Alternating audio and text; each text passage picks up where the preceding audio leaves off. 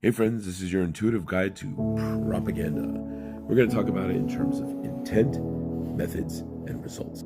This is an idea, one of many that these people are trying to put out. The more minds that have this idea in them, the more support and consent of this population these people will get. Most people think of propaganda like this. Two-way communications, right? Message comes out straight to the people, and people return with support and whatnot. Right? But it is way more thorough than that. The problem with this paradigm is this is pretty obvious to people.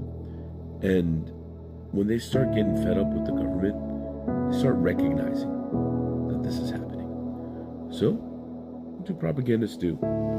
They attack other things. Education, literature, public works, national heroes, entertainment.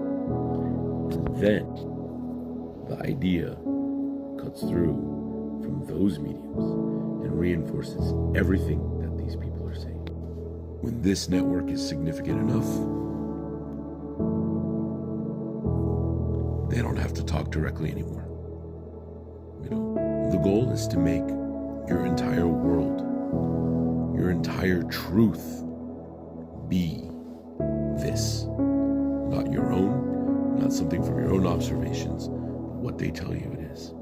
They do that by trying to dominate your entire world. Now, it's in the propagandist's best interest to maintain this relationship, but it doesn't have to exist after a while. Because here's what happens now. You see something, anything. The message doesn't even have to align with the propaganda. You hear it, you see it. Propaganda you've been conditioned to listen to agree with, takes hold of it. And it takes hold, and your brain takes it up. And over time, it infects every single thought that you have. And in turn, here's what happens. Those brains become all the brains.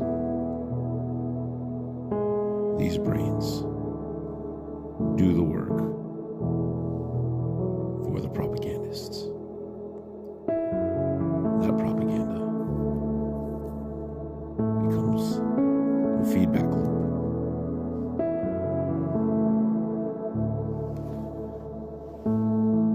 And there doesn't have to be much messaging anymore.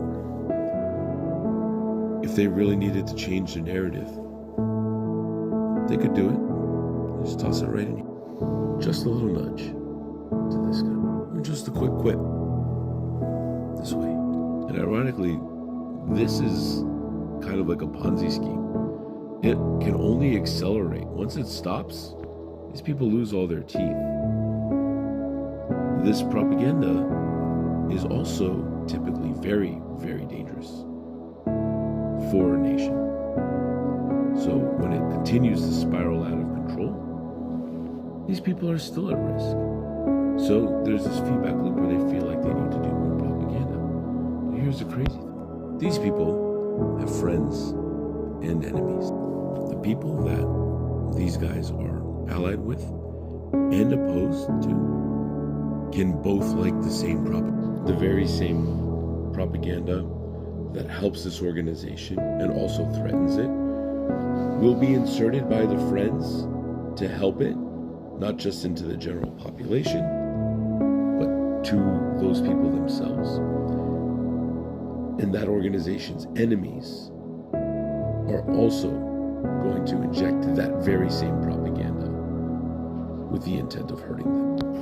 This is why it's so important to understand thoroughly what propaganda is and why so many of us are upset because this propaganda and this propaganda was used to help these people, right? By people, by those of us that were opposed to it, right?